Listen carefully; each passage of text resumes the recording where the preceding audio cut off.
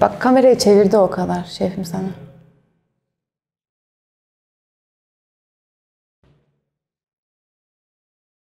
Tamam, başlıyorum.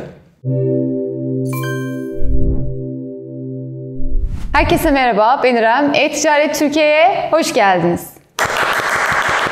Evet, bugün Türkiye'den çıkmış başarılı bir girişimden daha bahsedeceğiz. Akıl telefonlarımızda, televizyonlarımızda, afişlerde, billboardlarda her yerde görebileceğiniz bir marka. Türkiye'den çıkmış en başarılı girişimlerden bir tanesi ama en iyi özelliklerinden bir tanesi de bir kadın girişimcinin kurmuş olması. Bugün Trendyol'u anlatıyoruz. Evet, öncelikle başarılı bir kadın girişimci var hikayenin başında dedik. Oradan başlamak istiyorum. Çünkü gerçekten ilham verici bir hikaye ve bence Türkiye'deki pek çok kadının da ilgisini çekecektir. Girişim kurmak isteyenlere de motivasyon olacaktır diye düşünüyorum. Trendyol'un kurucusu Demet Mutlu New York'ta doğuyor. Daha sonra İngiltere'de ilkokul eğitimi alıyor. Oradan kalkıyor İtalya'ya gidiyor. Farklı ülkelere gidiyor. Orada eğitim alıyor. Farklı departmanlarda çalışıyor. İş geliştirme, finans, pazarlama pek çok departmanda çalışıyor. Ama aslında Demet Mutlu'nun hep istediği bir şey var. Hep hayalini kurduğu, idealini kurduğu bir şey var. O da kendi girişimini kurmak. Şimdi bu alanda çok farklı ülkelerde bulunduğu için Avrupa'da da izliyor, Amerika'da da izliyor. Farklı çalışma stilleri görüyor. Yavaş yavaş dijitale de uyum sağlıyor. Türkiye'de çok fazla olmasa da Amerika'da e-ticaretle ilgili çok fazla örnek görüyor. Aynı zamanda kendisi de tabii ki bunu kullanıyor ve online alışveriş yapıyor. Şimdi kendi girişimini kurmak istiyor ama böyle bir dükkanda oturup da sadece o bölgedeki ya da yakınlardaki fiziki olarak insanların erişebileceği yerlerde bulunmak istemiyor. Daha böyle dünyaya açılmak, daha fazla insana erişebileceği bir şey istiyor. Bu arada modayla da oldukça fazla ilgisi var. O yüzden bu alanda bir şey yapmak istiyor ve yavaş yavaş düşünüyor. Daha sonra Türkiye'ye döndüğünde de yavaş yavaş kendi girişimlerinin adımlarını atıyor. Ama burada şöyle bir nokta var. Şimdi Demet Mutlu yurt dışında eğitim aldı, yurt dışında farklı işlerde çalıştı ve hali hazırda bazı imkanları vardı ama hali hazırda bazı imkanlarınız olsa da çok yakınınızdaki insanlar bile sizi desteklemeyebiliyor çoğu zaman. Haliyle Demet Mutlu'nun babası da diyor ki kızım biz seni bunun için mi okuttuk? Kendi markanı kuracaksın, işsiz mi kalacaksın, nasıl olacak, bu işin devamı nasıl ilerleyecek diye Demet Mutlu'yu aslında en başına ikaz ediyor. Ama Demet Mutlu tabii ki pes etmiyor çünkü çok uzun zamandır içinde o istek var zaten. 300.000 dolar sermaye ile şaşırmayacağınız bir şey daha İstanbul'da evinin bir odasında Trendyol'u kuruyor.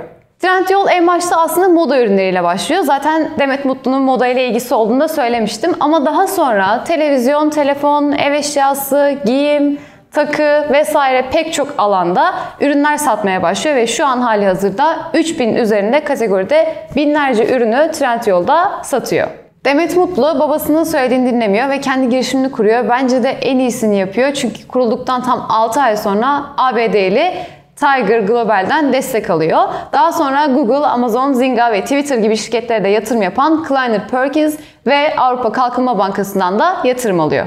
Ve kurulduktan yaklaşık 1,5 sene sonra şirket değerini 500 kat daha artırıyor ve 150 milyon dolara getiriyor. Demet Mutlu bu yolculukta tek başına çok büyük başarılara imza atıyor ama tabii ki tek başına değil. Örneğin MyNet'in kurucusu Emre Kurttepeli, daha sonra ilk Unicorn Peak Games'in kurucusu Sider Şahin ve yine moda ile ilgili birisinin daha olması açısından İpek Yol'un yönetim kurulu başkanı Yalçın Aydın da şirketin başlangıç yatırımcılarından. Bu arada şirketin kaç senesinde kurulduğunu söylemedim. Şimdi bu kadar büyük isimlerden bahsediyoruz, bu kadar büyük başarılar anlatıyoruz ama aslında yine Peak Games gibi Trendyol'un da kuruluşu çok eski değil. 2010'a dayanıyor. Yani yaklaşık 11 senelik bir şirket 11 sene içerisinde devasa bir başarı imza atıyor ve Türkiye'nin ilk dekakornu oluyor. Bu konuya birazdan geleceğim ama öncesinde 2018 yılında Trendyol için işler biraz daha değişiyor ve aslında çok güzel yerlere gidiyor. Çünkü devreye dünyanın en büyük e-ticaret platformlarından bir tanesi olan Alibaba giriyor. Şu kurucusu Jack Ma olan. Ve 2021'in Ağustos ayında yani yaklaşık bir ay öncesinde Trendyol'un tarihi değişiyor ve Türkiye'nin ilk dekakornu oluyor. 1,5 milyar dolarlık yeni yatırım turuyla değerlemesini 16,5 milyar dolara çıkarıyor ve Türkiye'de bir ilke imza atmış oluyor. Trendyol'un ismini ileride çok daha sık duyacağımızı düşünüyorum.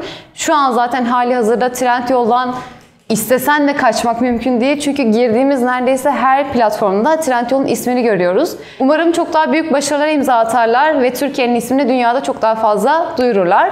Trendyol'un hikayesi bizden bu kadardı. Başka hikayeleri dinlemek istiyorsanız yorumlara yazmayı, videoyu beğenmeyi ve bize abone olmayı unutmayın. E-Ticaret Türkiye'den hepinize görüşmek üzere.